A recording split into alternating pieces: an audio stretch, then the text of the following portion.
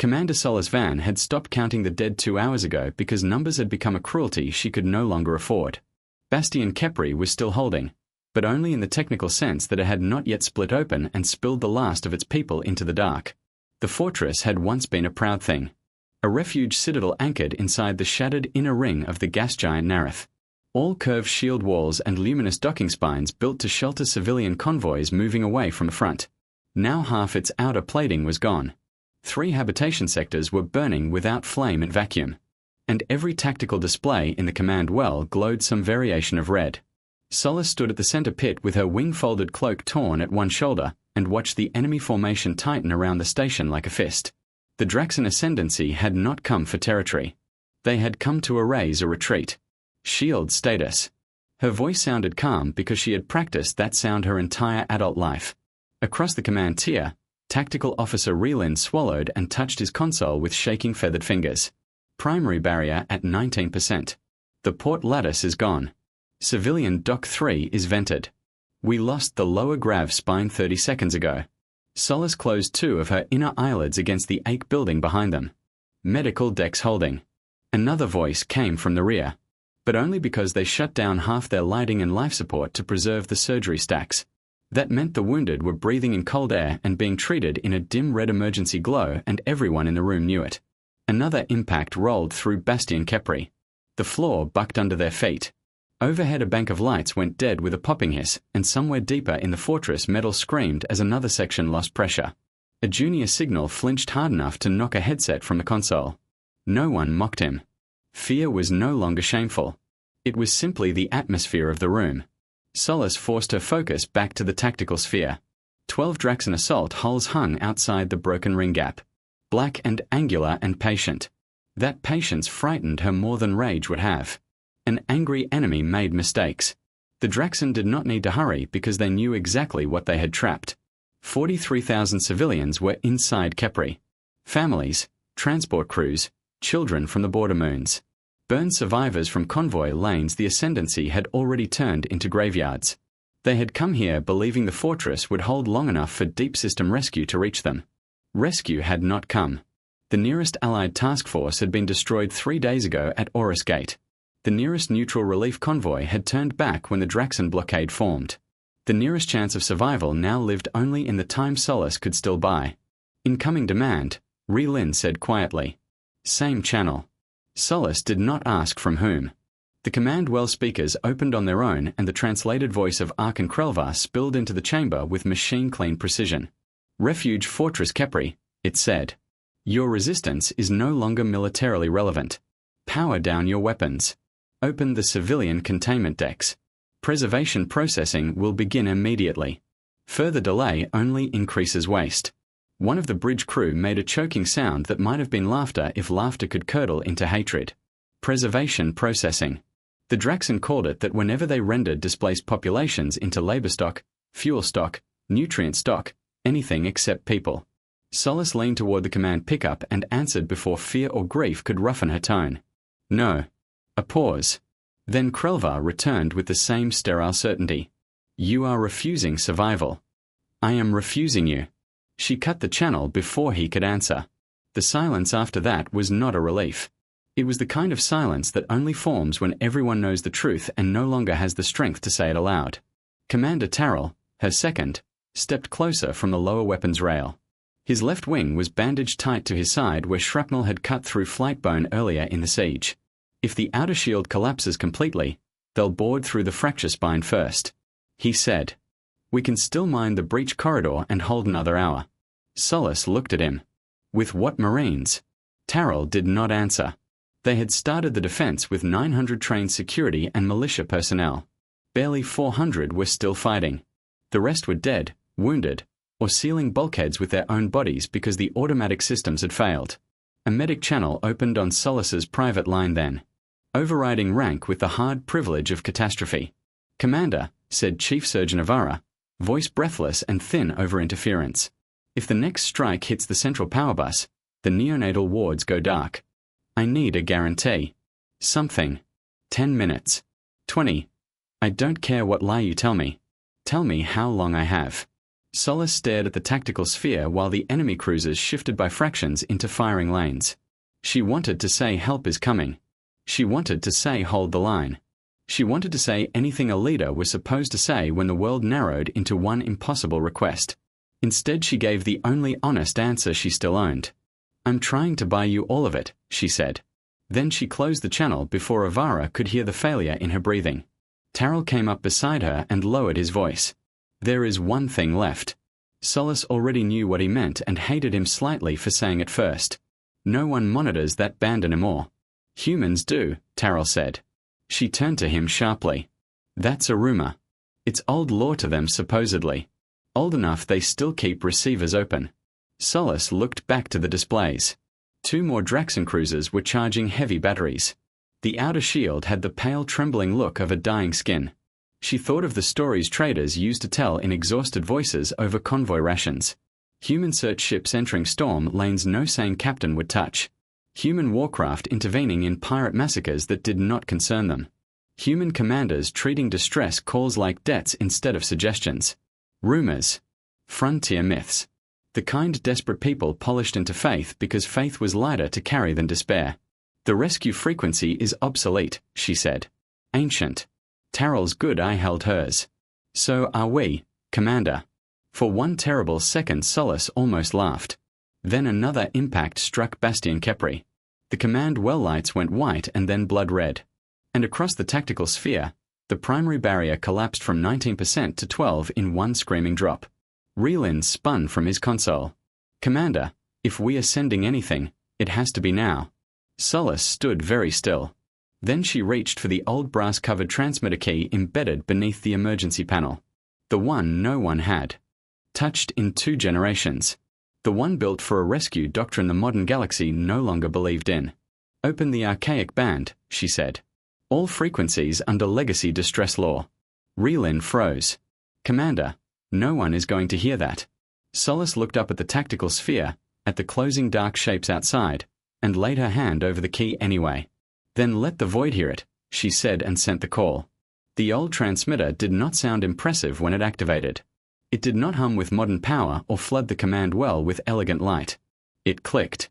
A dry mechanical click from a brass switch older than most nations still alive in the sector, followed by a low carrier tone that seemed too small and too fragile to matter against 12 Draxon assault hulls and a dying fortress.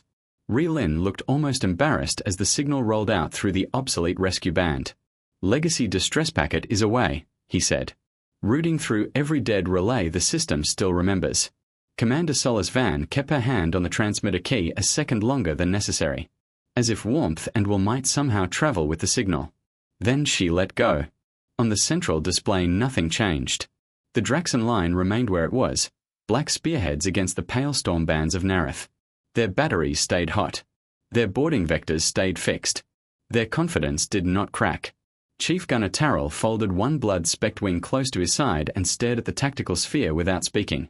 Reelin finally cleared his throat. "Commander, if anyone does monitor that frequency, they could be weeks out." Solace nodded. "I know."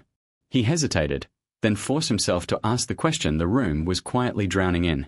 "Then why send it?" Solace looked at the old transmitter, at the faint amber lamp still glowing above its casing, and answered with more truth than comfort. "Because if this is the end, I would rather meet at having asked the universe one last time whether decency still exists." No one told her that commanders were supposed to speak in cleaner words than that. Another tremor passed through Bastien Kepri. A damage report cascaded across the side screens. Habitat Ring 2 had lost pressure seals in 3 compartments. A triage station near the central refuge vault was down to emergency manual ventilation. A cluster of civilian life signs went dark and then stayed dark. Tyrell swore softly under his breath. Then the speakers opened again and Arkan Krelvar's translated voice returned with all the emotional warmth of a blade on a table. "Your transmission has been observed," he said. "You are calling on extinct protocols and absent powers. This is irrational behavior." Salise lifted her head toward the pickup. "And yet you interrupted your attack to comment on it." A faint pause, tiny but real. "Hope prolongs disorder." Krelvar replied, "We prefer subjects to be efficient." Salise almost answered, but Relin made a sharp sound from his station. "Commander," he whispered. There's a return ping. Every head in the command turned toward him at once. Rellen's upper hands were flying over the console while his lower hands trembled on the rail. No, wait. Not a ping. A handshake acknowledgement. Old rescue code. Human formatted. Terrell stared. Human. The word moved through the room like something too strange to believe and too dangerous to dismiss. Most of Bastien Kepri knew the rumors.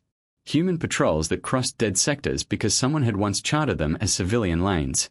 Human cargo captains who carried weapons too large for their hulls and medical supplies too expensive for profit.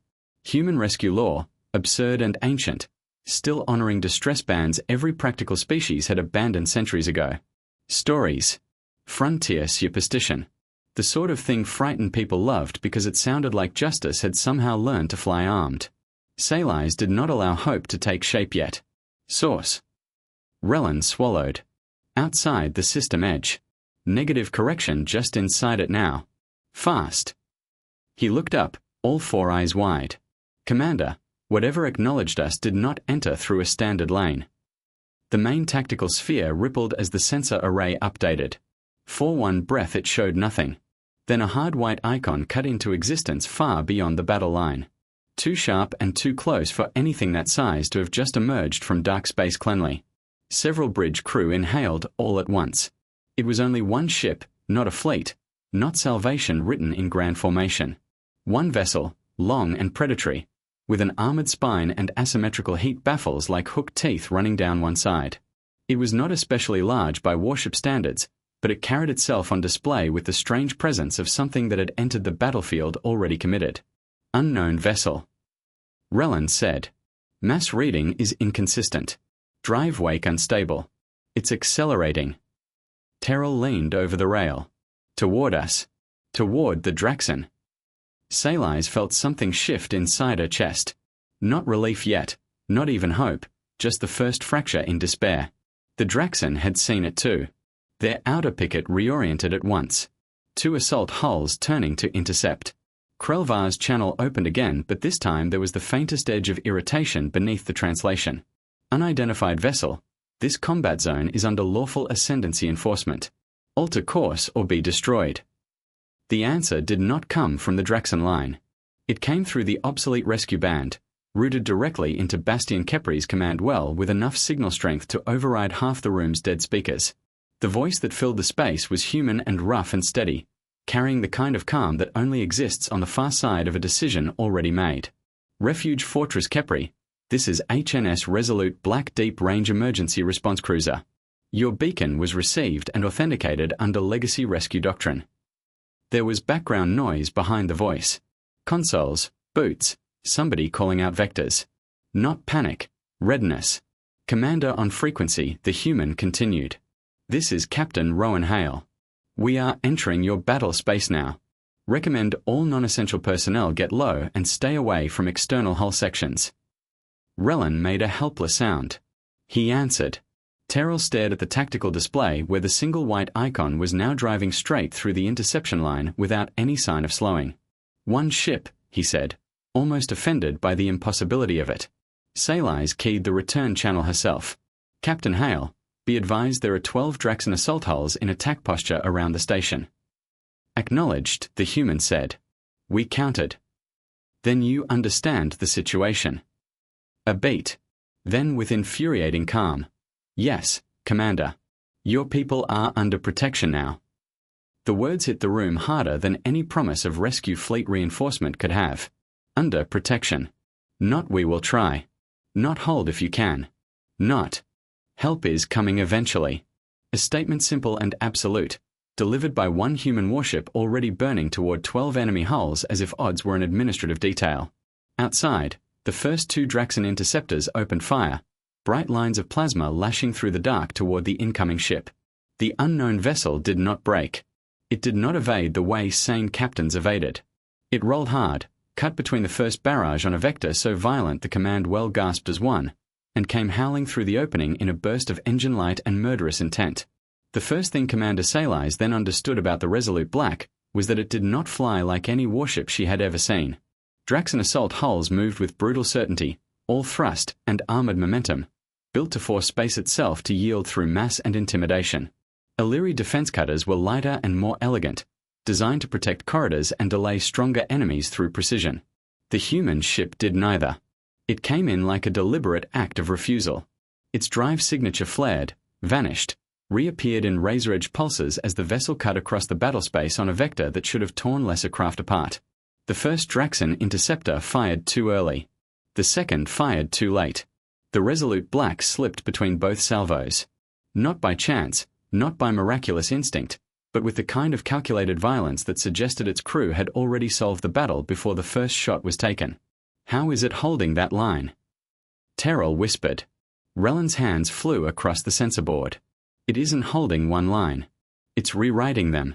Commander, it's changing thrust geometry faster than our system can model. On the central sphere, the human ship knifed past the lead interceptor so close that for an instant the two icons nearly merged. Then a new bloom erupted from the Resolute Black's broadside ports. Not plasma, not lancers. Dense kinetic signatures, superheated and accelerating under coil force, crossed the gap and punched through the interceptor's forward armor like it had been built out of paper and pride. The Draxan ship did not explode cleanly. It came apart in layers, hull first, then spine, then the reactor housing blowing sideways into a spray of white-hot shards. The second interceptor tried to roll clear and bring heavy guns to bear. The human warship answered by diving beneath it, so close sail eyes thought collision had become inevitable, and then firing upward with something sharper and brighter than a standard beam. A needle of coherent light carved across the Draxan vessel's belly seam, split the engine cluster, and opened the warship from ventral plate to command tower in one continuous incision. The atmosphere burst out in glittering ribbons. The ship broke its own spine 3 seconds later. Silence filled the command well, broken only by alarms and somebody in the rear making a soft, disbelieving prayer click. The Resolute Black did not pause to admire its work. It was already angling toward the main siege ring. Captain Hale. Salai said into the rescue channel, struggling to keep the urgency from turning into pleading. You're entering concentrated fire. The human answered over the same open band, his voice steady beneath the thunder of his own bridge. That's the idea, Commander. We need them looking at us and not your wounded sectors. A second voice, farther back and female, cut through behind him. Port batteries green.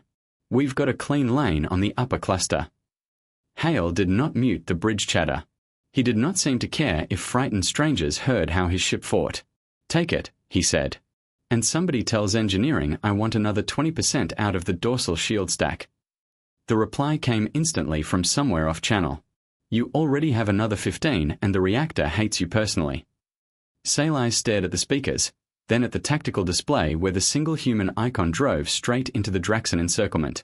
No species she knew spoke during battle like that. Even commands usually carried strain, anger, or fear.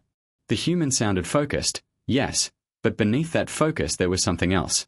A hard familiarity with danger that made the impossible feel routine.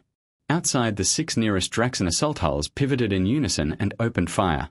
Plasma, mass drivers, shield buster darts. Enough overlapping ordnance to rip an Illyri defense wing into vapor. The void around the Resolute Black disappeared inside the barrage. Rellen made a strangled sound. Then the human ship came out the other side still moving. Its shields were visible now, not as a smooth glowing shell, but as a layered distortion hugging the hull in shifting geometric plates. Impacts struck, flared, and sheared outward in luminous arcs. Each hit absorbed and redistributed so quickly that the field seemed almost angry. That shield architecture isn't efficient, Terrell said, baffled. It's aggressive. Sally's knew exactly what he meant. It looked less like protection and more like something a ship wore with resentment. Captain Hale's voice returned, clipped now, all conversation burned out of it. Kepri, we are going to break their circle at your port fracture. When we do, I need every functioning point defense mount on your station to fire outward on my mark, not before. Can you give me that? Sally's turned at once. Weapons. An exhausted fire control officer straightened from a cracked console. 31 turret clusters still answer. Ammunition uneven. Tracking is bad. Can you fire? Yes. Sally's keyed the channel. We can fire. Good, Hale said. Then stay with me. The Resolute Black pitched nose down and accelerated again. Not away from the heaviest Draxon formation, but straight toward it. 2 assault hulls tried to meet the charge, their prows aligning to box the human cruiser between converging arcs of fire. Hale did not avoid the trap. He made it smaller. The human vessel cut thrust so abruptly the command well gasped as one, then rolled through its own momentum and pivoted broadside between the converging warships like a blade slipping into a seam. Missile pods opened along its flanks. Not large volleys, not saturation fire. 8 compact signatures, each one selecting a different angle. Those aren't anti-ship missiles, Terrell said. They are too small. The answer came a second later when the missiles struck not the warship's hull centers, but their weapon nodes, shield regulators, and maneuver collars with surgical cruelty. One Draxon vessel lost half its gun decks. The other lost steering, rolled helplessly into the first, and both drifted directly into the line of fire from the Resolute Black's forward spinal cannon. Sally's never actually saw the round leave. She only saw the aftermath. A straight tunnel of absence punched through overlapping armor, 2 reactors cored open, and a bloom of debris spreading across the siege ring. Now, Hale said. Sally's slammed her palm onto the tactical rail. Fire. Bastion Kepri answered. With everything it still had. Dozens of defensive turrets along the broken port side spat coherent beams and flak streams through the gap the humans had made. They were weak by warship standards, and half the mounts were limping on damaged targeting data, but they did not need to kill. They only needed to widen their panic. The Draxon line faltered. For the first time since the siege began, the enemy formation had to think about 2 threats instead of 1 dying station. That was all the humans needed. The Resolute Black surged through the opening it had carved, slammed into the inner siege lane, and began taking the assault host apart from the inside. Not recklessly, methodically. Engines first, command relays second, boarding transports third. It was not showing off. It was dismantling the machinery of massacre. Sally's watched one Draxon boarding carrier blossom into spinning metal after a human beam cut through its troop bays, and for the first time in hours she felt something dangerous return to her chest. Hope, yes, but sharpened now into anger. The humans had not come merely to rescue the dying. They had come to punish the ones who had tried to make dying inevitable. And outside Bastion Kepri, in the cold ring shadow of Nareth, the void had begun answering back in a human voice. The breach lane opened just wide enough for salvation to look like another kind of violence. As the Resolute Black carved through the inner siege ring, 2 armored docking spines unfolded from its ventral hull and latched onto Bastion Kepri's shattered port frame with a grinding metallic thud that shook the command well. For a terrifying second Sally's thought the old fortress would tear itself apart under the added strain. Then new structural data flooded her screens. The human ship was not just attached.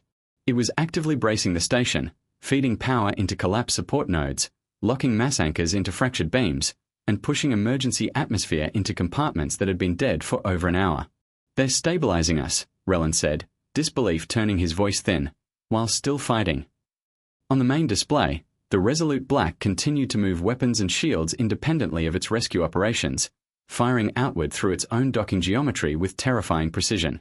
"Humans do not separate those tasks," Terrell muttered, watching as a Draxon boarding frigate tried to exploit the docking moment and lost half its hull to a human point defense burst before it crossed even half the distance.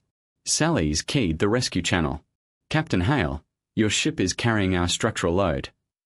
"That's what the clamps are for," he said, as if this were ordinary work. Behind him she heard the constant hard music of a warship bridge under pressure. "Commander, I'm sending 3 teams across now. Medical, engineering, and corridor security. They'll have your beacon transponders on their armor. Anything without the beacon is not ours." Sally's turned at once. "Route them to the surgical decks first, then to life support hubs and the refugee vaults." "Already planned," Hale said. "Also, one more thing." His tone shifted, only slightly, but enough to make everyone in the well listen harder. "Your enemy is about to realize they're losing not just the kill, but the witness. If they try anything desperate, it'll be against your civilians, not your guns. Keep your internal routes locked and your people low." The line cut before Sally's could answer. He had not been dismissive. He had simply moved on to the next necessary task. The first humans came through Dock Brace 7 less than 2 minutes later. Sally's went there herself because command was now happening in layers, and if strange soldiers were stepping onto her dying fortress, she needed to meet them with her own eyes. The docking corridor still smelled of burnt insulation and vented coolant. Emergency lights painted the walls in alternating blue and amber. At the far end, the inner seal cycled open, and a line of figures stepped through in pressure-rated combat rescue gear the color of storm metal. They moved fast, but not wildly. Not a single wasted glance. The lead figure pulled off a sealed helm as she crossed into breathable atmosphere, revealing dark skin slick with sweat and close-cropped hair plastered back from a face made severe by concentration rather than temperament. "Commander Sally's Ven?" she asked. Sally's stepped forward. "Yes." The woman nodded once. "Commander Naomi Price, Chief Medical Officer, Resolute Black. My trauma teams are headed for your surgery stacks. Anyone still breathing stays breathing. That's the doctrine." Before Sally's could fully process the phrase, another human moved in beside Price, taller, broad across the shoulders, carrying a compact fabrication unit in one hand and an ugly coil of armored cable over the other shoulder as if it weighed nothing at all. Lieutenant Amir Corey, Emergency Engineering. He looked past Sally's down the corridor, taking in the exposed conduits, the warped floor seam, and the atmosphere pressure readouts with one sweep. Whoever kept this place together this long did not do it politely.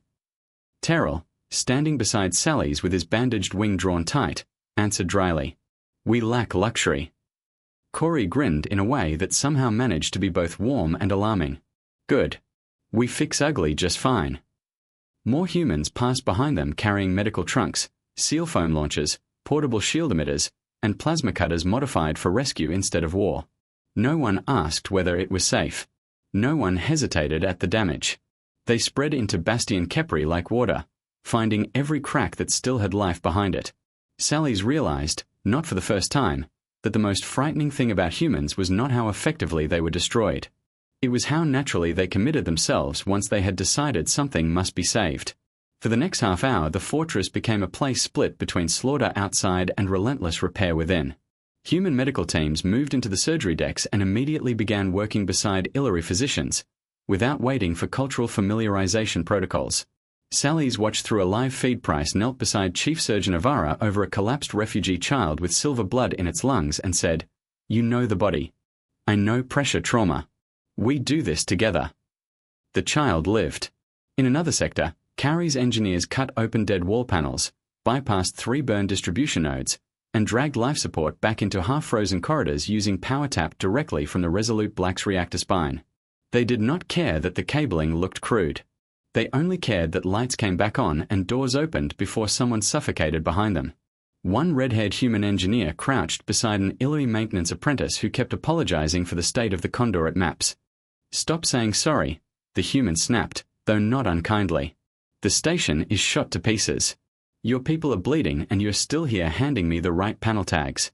That makes you useful. Keep being useful." The apprentice straightened at once and worked faster. Sally's heard that exchange through the corridor feed and felt something twist in her chest. The humans were not comforting her people like fragile victims. They were treating them like fellow survivors. That did more for morale than any speech could have. She found Captain Hale only once during those first brutal minutes, and only because the bridge feed flashed open while she was crossing back through the command well. He stood strapped into his chair aboard the Resolute Black, one hand on a rail, one on the tactical display.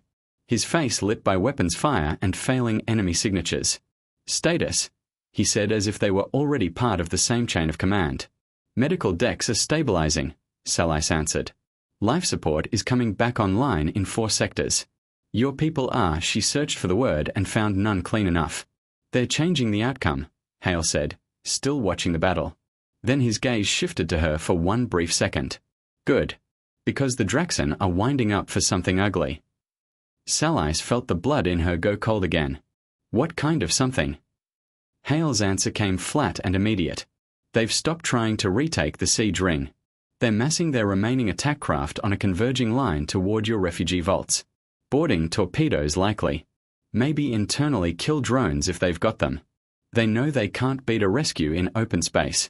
So now they'll try to turn your civilians into leverage before my reinforcements arrive." Terrell overheard from the next station and bared his teeth in a silent warrior's flare. "Then they're not finished." "No," Hale said, "and neither are we." The alert hit Bastion Kepri 6 seconds later.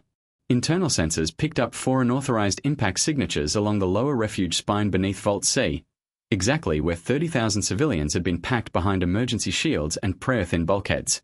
Boarding torpedoes. The command well seemed to inhale as one organism.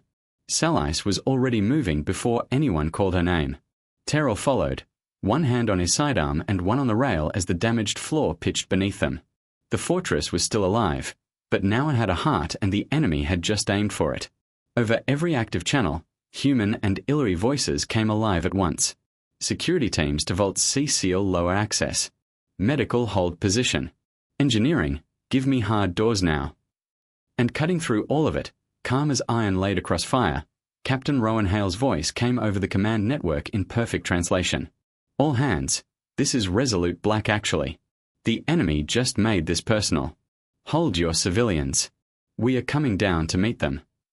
The first boarding torpedo punched into the lower refuge spine hard enough to throw Commander Salice Venn against the corridor wall and fill the air with dust, sparks, and the metallic scream of ruptured braces. The second hit 3 decks below the first.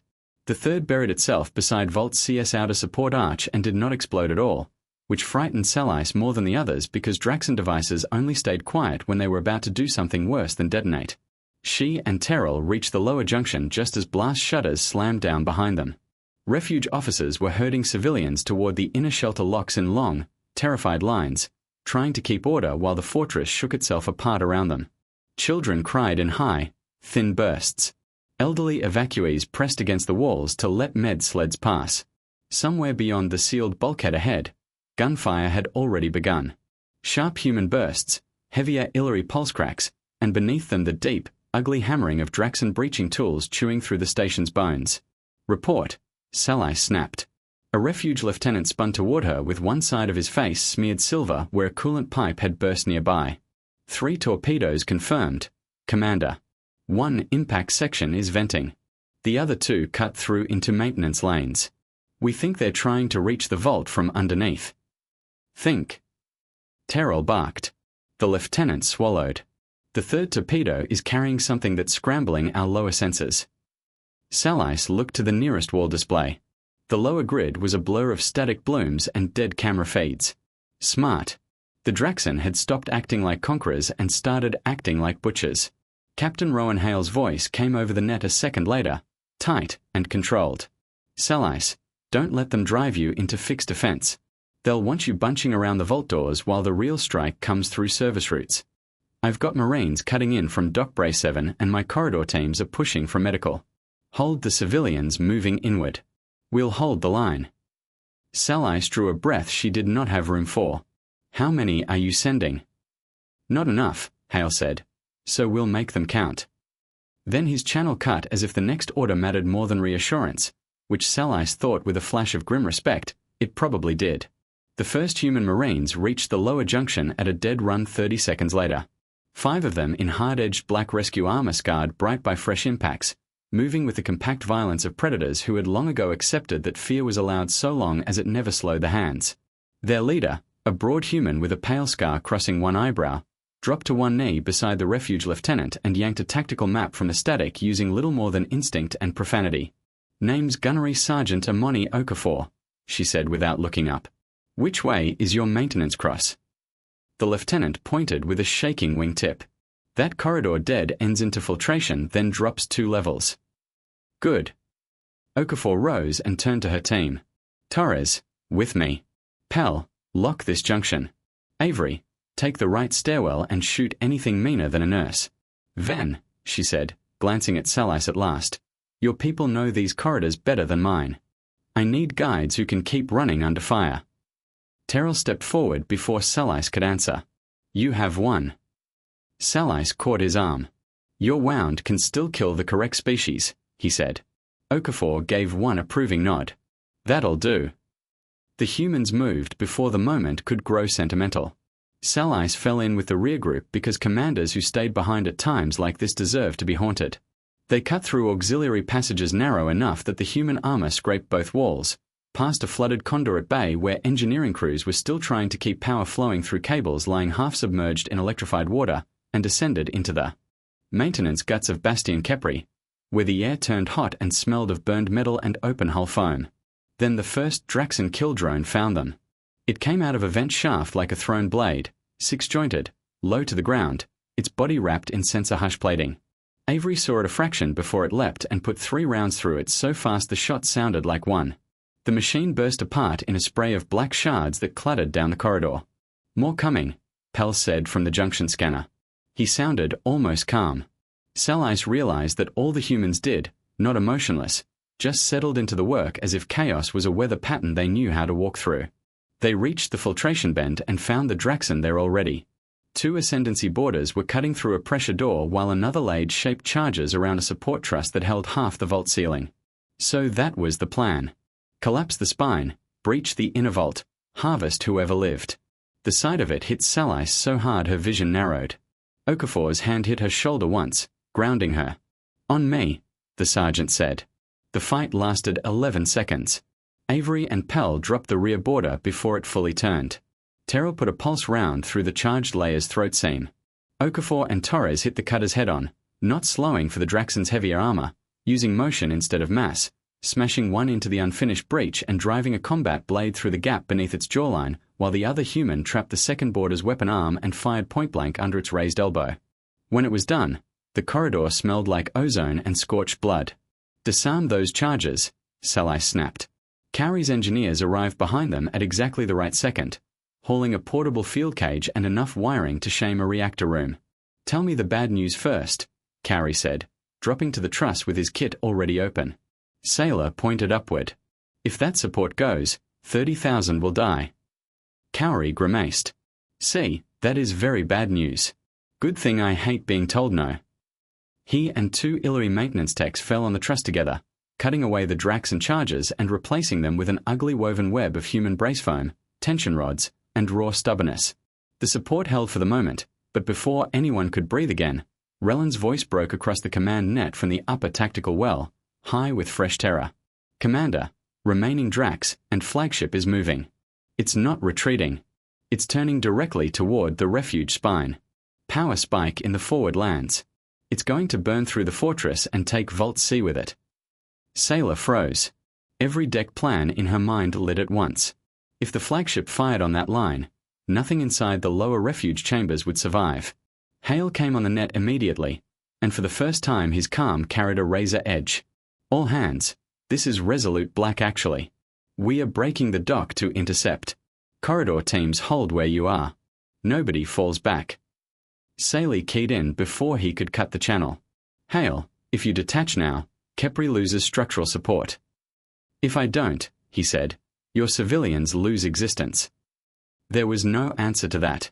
Around her, humans and Illy alike turned instinctively toward the outer hull as if they could already feel the massive warship unlatching from the wounded fortress. Then Hale spoke one last time, not to Saley's alone, but to everyone still fighting inside Bastion Kepri. "Keep your people alive for 10 more minutes," he said. "I'll go kill the ship." The unclamping of the Resolute Black felt like a bone being pulled out of Bastion Kepri's body. Across every deck, alarms rolled in waves as the human cruiser tore itself free from the refuge fortress and kicked hard into open space. The whole station groaned around Commander Saley's Ven as the borrowed structural support vanished. But Cowrie's ugly web of brace foam and emergency rods held long enough to keep the lower refuge spine from peeling apart. Long enough, Sailor prayed for Captain Rowan Hale to make good on the promise he had just spoken with the kind of frightening certainty only humans seemed able to wear. In the command well above, Rellen's voice trembled across the tactical net. "Resolute Black has a broken dock. Drax and flagship are charging forward lands. Estimated firing solution on Vault C in 82 seconds. Sailor pressed herself flat against the maintenance wall as another kill drone burst from a service vent, and Avery shredded it into a storm of black shards before it crossed half the corridor. "Status on the lower lines," she called. Terrell answered from the junction, breathing hard and firing in disciplined bursts down a smoke-choked passage where surviving boarders kept trying to push forward through their own dead. "We are still holding on. Barely. If the flagship gets that shot, none of this matters." Outside, visible through a cracked maintenance viewport at the far bend, the battle had narrowed into a single terrible line. The Draxon command vessel, massive and angular and scarred with the arrogance of long impunity, was turning broadside to Kepri with one spinal emitter glowing a hateful white-blue at its center. The Resolute Black was smaller by half and was already bleeding shield plasma from a dozen places where the last exchange had bitten too deep.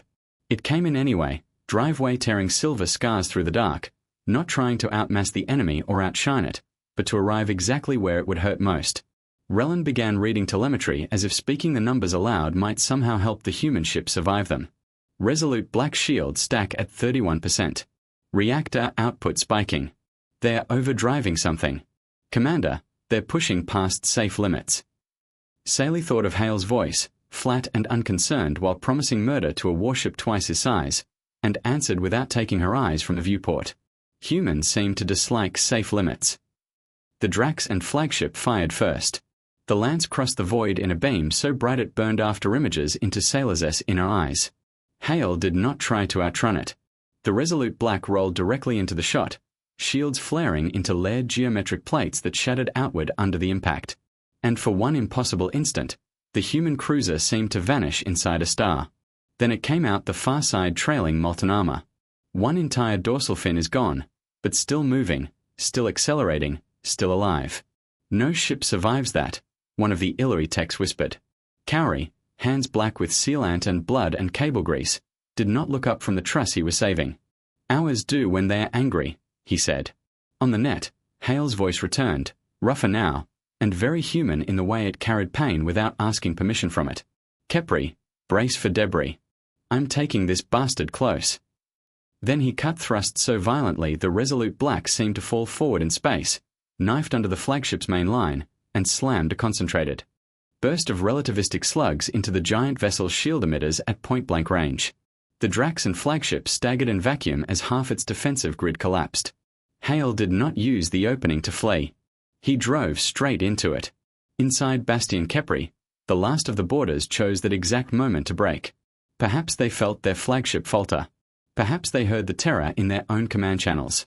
Perhaps they simply discovered, as too many species had before them, that humans became even more dangerous when civilians were behind them. Two Drax and shock troops crashed into a filtration bin together with their blades lit, and their armor flashing friend or foe sigils gone mad from static. Akifa met the first like a door slammed by God, shoulder low, rifle empty, combat knife in one hand and pure stubborn hate in the other. Terrell shot the second through the hip joint and then through the eye seam when it fell. Saley herself caught sight of a charge pack blinking live beneath the support lattice and moved before thought, tearing it free with both hands and hurling it down an auxiliary shaft just as it armed. The blast hit 3 decks below with a deep metallic thud. Dust rolled up the shaft. The truss held. Around them, humans and Illyri moved like one desperate machine now, not graceful and not neat, but synchronized by the simple understanding that if one line failed, thousands died. Dr. Price's voice cut across the medical band from the surgery stacks. We are moving neonates deeper. I need 5 more minutes. Cowrie snapped back. Then take 6 and call it a gift. A refugee child somewhere behind the vault door started crying, and another voice, human, young, probably one of the Marines, answered with absurd softness in the middle of all the noise. Hey, stay with the lights, little bird. We've got you. Saley heard that and felt her throat tighten at the exact worst time. She had spent the last day believing civilization was a word people used right before they abandoned each other for practical reasons. Yet here were these impossible creatures from 200 light-years away, swearing, bleeding, repairing, killing, and comforting all at once as if none of those things contradicted the others. Relin shouted over the command net before emotion could betray her. Impact event on the flagship. Commander, you need to see this. Every surviving display in the corridor flared with the same external feed. The Resolute Black had driven itself under the Drax and Warship's wounded shield plane and latched there with magnetic harpoons of all things, pinning itself to the larger hull like a predator refusing to let go. Secondary batteries from both ships were firing so close that their light blurred together. Then, in one savage coordinated act, the human cruiser vented its remaining dorsal missile tubes directly into the Drax and flagship's exposed lance assembly and kicked its engines to full while still attached. The enemy warships both tore sideways under the combined force. The overcharged lance misfired into its own forward spine. What followed was not an explosion so much as a collapse of certainty. The flagship folded inward around the white core of its own weapon, broke at the midline, and came apart in a cloud of incandescent wreckage that lit the broken rings of Nareth like sunrise. Shockwaves of debris hammered harmlessly wide of Kepri because Hale had dragged the dying ship off the firing line before killing it. The command net went silent for one full heartbeat. Then Relin, who had been shaking for most of the siege, began laughing and sobbing at the same time. "The flagship is gone," he said, as if the words themselves were too large to trust. "Commander, the Drax and are breaking. They are running." The surviving enemy ships did run. 2 jumped blind and left debris in their wake. 3 turned cold and surrendered to the empty void because there was no longer any command structure left to fear more than the humans. And beyond all that wreckage, just as Captain Hale had promised without ever quite saying the promise aloud, more contacts erupted onto the long-range board. Not 1, not 2, a wall of them. Human drive signatures blooming out of dark space in disciplined intervals. Destroyers, carriers, heavy rescue tugs, and escort screens spread around Bastion Kepri in a widening defensive net. 30 ships, maybe more once the sensor haze cleared. All answering not to conquest or profit, but to a distress call the rest of the galaxy had left to die.